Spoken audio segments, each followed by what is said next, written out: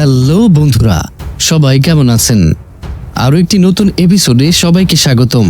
Hurricane, typhoon ও cyclone সবই গ্রীষ্মকালীন ঝড়, কিন্তু বিভিন্ন অঞ্চলে এগুলো ভিন্ন নামে পরিচিত। উত্তর আটলান্টিক মহাসাগর ও উত্তর পূর্ব প্রশান্ত মহাসাগরীয় অঞ্চলে ঘূর্ণিঝড়ের নাম হ্যারিকেন, কিন্তু এই একই ধরনের প্রাকৃতিক দুর্যোগ উত্তর পশ্চিম প্রশান্ত মহাসাগরে সৃষ্টি হলে তার নাম হয়ে যায় টাইফুন। আর দক্ষিণ প্রশান্ত মহাসাগর ও ভারত মহাসাগরে সৃষ্ট ঘূর্ণিঝড়কে বলা হয় সাইক্লোন। ঘূর্ণিঝড় বিভিন্ন ধরনের হয়ে থাকে, তবে আমাদের দেশে আঘাত করা সিডর, ফণী, বুলবুল কিংবা চিত্রাং এই ঘূর্ণিঝড়গুলোকে বলা হয় ট্রপিক্যাল সাইক্লোন বা ক্রান্তীয় ঘূর্ণিঝড়। আজকের ভিডিওতে ট্রপিক্যাল সাইক্লোন এবং এদের নামকরণ সম্পর্কে বলা হবে। তাহলে চলুন শুরু করা যাক আজকের ভিডিওটি। বিষুবরেখার আশেপাশের অঞ্চলে যে ঘূর্ণিঝড় সংঘটিত হয় সেগুলোকে বলা হয় ট্রপিক্যাল সাইক্লোন। বিষুবরেখার নিচের দিকের ঘূর্ণিঝড় ঘড়ির কাঁটার দিক বরাবর ঘুরে, অর্থাৎ ক্লকওয়াইজ ঘুরে। অন্যদিকে ওপরের দিকের ঘূর্ণিঝড় ঘড়ির কাঁটার বিপরীত দিক বরাবর ঘুরে, অর্থাৎ এন্টি ক্লকওয়াইজ। পৃথিবীর ট্রপিক্যাল অঞ্চল বা বিষুবরেখার অঞ্চলে সবচেয়ে বেশি সোলার রেডিয়েশন আপতিত হয়, কারণ ওই অঞ্চলে সূর্যের আলো লম্বভাবে আপতিত হয়। অন্যদিকে মেরু অঞ্চলে আলো তুলনামূলক তির্যকভাবে আপতিত হয়, যার ফলে মেরু অঞ্চলে তুলনামূলক কম সোলার রেডিয়েশন আপতিত হয়। বিষুব অঞ্চলে সূর্যের আলো লম্বভাবে আপতিত হবার ফলে সেই অঞ্চল তুলনামূলক বেশি উষ্ণ বা গরম থাকে। এই গরমের ফলে বিষুবীয় অঞ্চলের বাতাস হালকা হয়ে উপরে উঠে যায়, যার ফলে বিষুবীয় অঞ্চলে বায়ুচাপ কমে যায়, যাকে আমরা বলি নিম্নচাপ। বাতাসের ক্ষেত্রে আমরা জানি বাতাস সবসময় হাই প্রেশার থেকে লো প্রেশারের দিকে ধাবিত হয়। এই বিষয়টি বুঝতে পারবেন ফুলানো বেলুনের আচরণ লক্ষ্য করলে। বেলুন ফুলিয়ে ছেড়ে দিলে বেলুনের বাতাস নিজে নিজে বাইরে বের হয়ে আসে, কারণ ফুলানো বেলুনের ক্ষেত্রে ভেতরে প্রেশার বেশি থাকে এবং বাইরে প্রেশার কম থাকে, যার ফলে বেলুনের ভেতরে থাকা হাই প্রেশারের বাতাস বাইরের লো প্রেশারের অংশে চলে আসে। একইভাবে বিষুবীয় অঞ্চলে গরমের কারণে তৈরি হওয়া লো প্রেশারের ফলে মেরু অঞ্চলে থাকা হাই প্রেশারের বাতাস বিষুবীয় অঞ্চলের দিকে আসতে থাকে, অর্থাৎ বিষুবীয় অঞ্চলের দিকে বায়ুপ্রবাহ সৃষ্টি হয়। এখন প্রশ্ন হচ্ছে, এই বায়ুপ্রবাহ কিভাবে ঘূর্ণিঝড়ে পরিণত হয়? এই ক্ষেত্রে পৃথিবী তার নিজ অক্ষে ঘোরার বিষয়টি গুরুত্বপূর্ণ ভূমিকা পালন করে। পৃথিবী তার নিজ অক্ষে ঘোরার ফলে এক ধরনের ফোর্স তৈরি হয়, যাকে বলা হয় কোরিওলোসিস ফোর্স। পৃথিবী পশ্চিম থেকে পূর্ব দিক বরাবর ঘোরে। এখন পৃথিবী গোলাকার বিধায় পৃথিবীর বিষুবীয় অঞ্চলে ঘূর্ণন গতি সবচেয়ে বেশি, ঘন্টায় প্রায় 1650 কিলোমিটার। বিষুবীয় অঞ্চল থেকে যত মেরুর দিকে যাবেন ঘূর্ণন গতি তত কমবে। যাই হোক, উত্তর মেরুতে থাকা হাই প্রেশারের ঠান্ডা বাতাস বিষুবীয় অঞ্চলে আসার সময় কোরিওলোসিস ফোর্সের কারণে ডান দিক বরাবর সরে যায়, আবার দক্ষিণ মেরু থেকে আসা ঠান্ডা বাতাস বাম দিক বরাবর সরে যায়।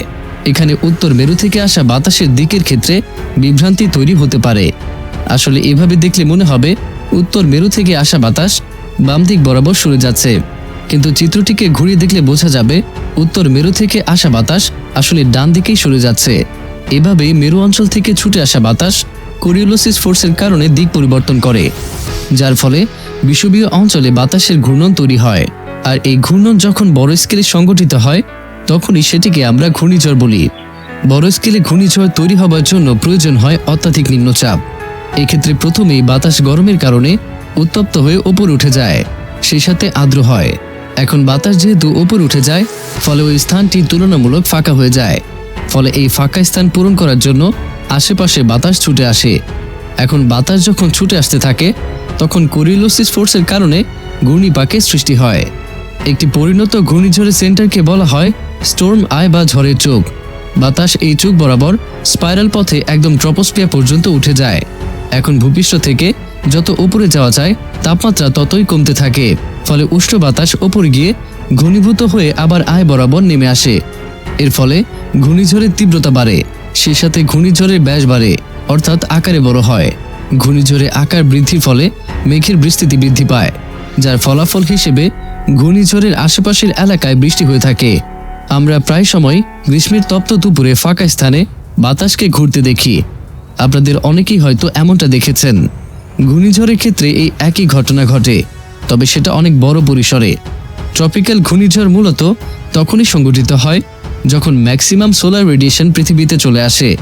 জুলাই থেকে অক্টোবর এই সময় উত্তর গোলার্ধে এবং ডিসেম্বর থেকে মার্চের এই সময় দক্ষিণ গোলার্ধে ট্রপিক্যাল সাইক্লোন ঘটে থাকে।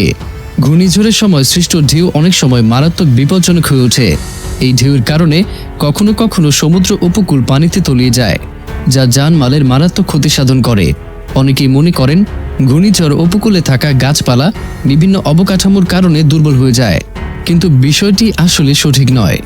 ঘূর্ণিঝড় উপকূলে আসার অর্থ হচ্ছে ঘূর্ণিঝড়ে জানা নেই, অর্থাৎ উষ্ণ বাতাসের প্রবাহ কমে যাওয়া, সেই সাথে বাতাসের আর্দ্রতা কমে যাওয়া, এবং এই জন্যই ঘূর্ণিঝড় উপকূলে আসার পর পর্যাপ্ত জ্বালানি না পাবার কারণেই শক্তি কমতে কমতে দুর্বল হয়ে যায়।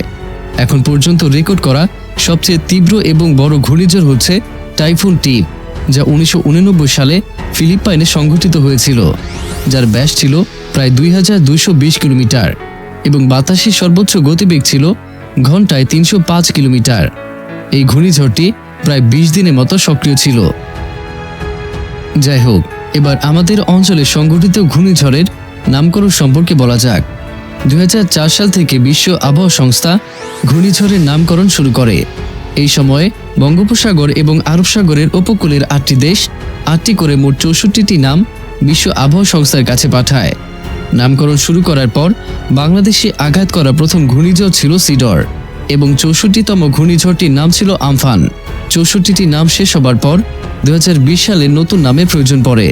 ফলে 13টি দেশ 13টি করে মোট 169টি নাম বিশ্ব আবহাওয়া সংস্থার কাছে পাঠায়।